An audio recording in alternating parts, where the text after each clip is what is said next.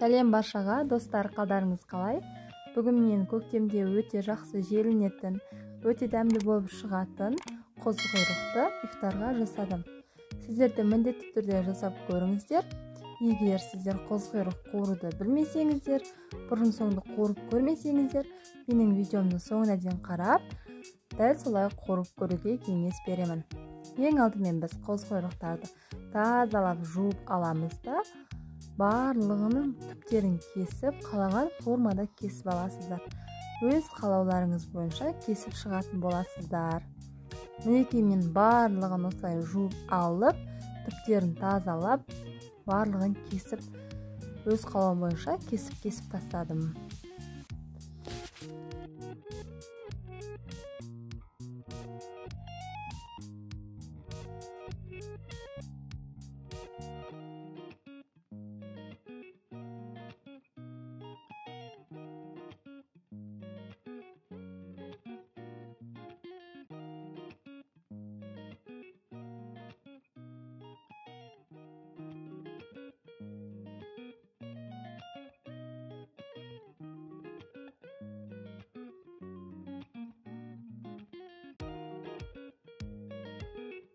Мінекей достар, осылай жақсылап тазалап болғаннан кейін қазанымызға мұздай суымызды құямыз да қозықұйрығымызды осылай қайнатып аламыз.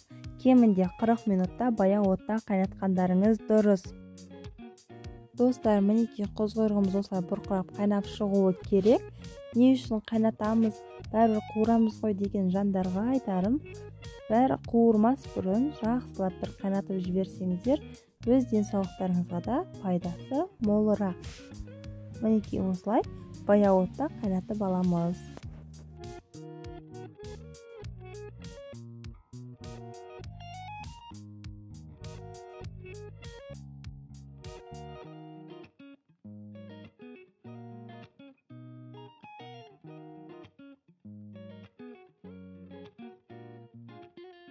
Мінекей достар, мен қозықұйрығымды қайнатып алып, енді сүзіп алып жатырмын. Сіздер де осылай сүзіп алыңыздар.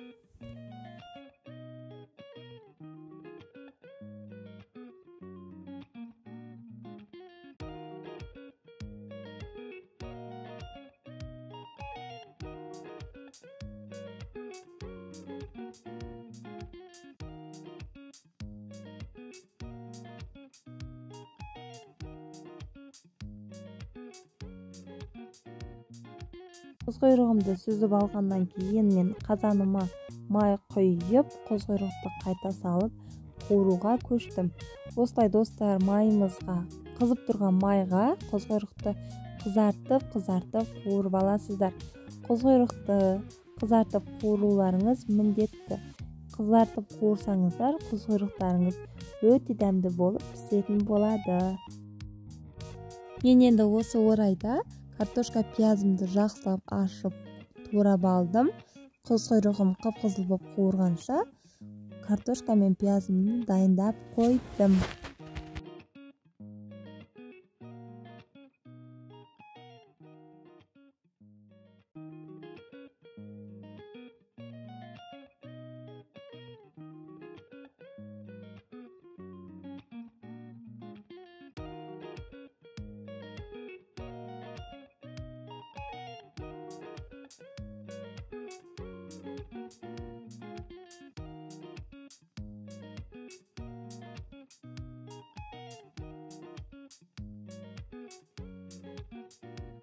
Достар, ескеретін жайт, қозықұйрығымызды астын жақсылап аударып тұрыңыздар.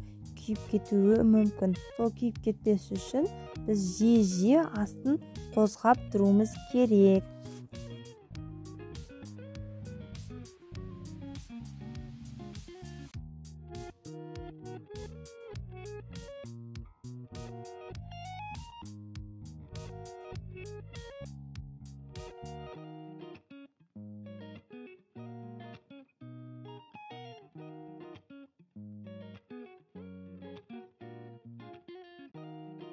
Мінекей достар, мен қозықұйрығымды қуырдым.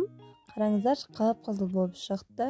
Енді үстіне пиязымды салып, оны тағы бір 5-10 минут қуырып, картошкамды салатын боламын. Екеуін картошкамды салып, үстіне тұзымды, дәмдеуіштерімді саламын да азғантай су құйып жіберіп, кемінде 30-20 минутқа демдеп қоямын. Асты өте баяу отта болуы керек. Сол кезде біздің қозқұйрық қуырылған картошкамыз дайын болады.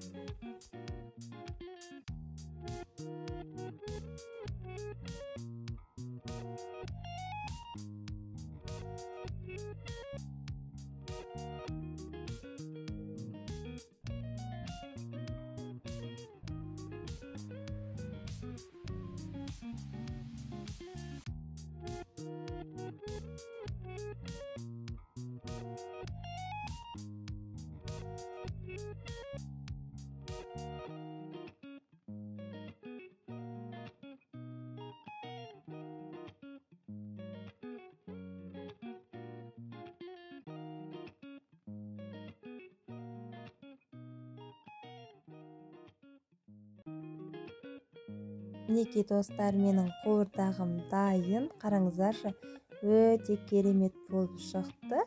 Сіздер де міндетті түрде жасап көріңіздер. Енді мен қуырдағымды тәрелкеге саламын, ал бетін әсемдікке және де тәбетті ашатын закуска жасадым. Яғни пияз бен укропты, көк пиязды қосып, үстіне тұз, күріш салып мұжып, осылай дайындап қойдым. Сіздер де осылай дайындасаңыздар, тамақтарыңыз өте керемет болады. Ал достар, аз болсын, міндетті түрде жасап көріңіз. Видео ұнаса, достарыңызбен бөлісе отырыңыздар. Алдағы уақытта мен сіздерге керемет рецепттермен бөлісетін боламын. Менің YouTube каналыма тіркеліп қойыңыздар. Назарларыңызға рахмет. Сіздермен болған Сана Алтынай.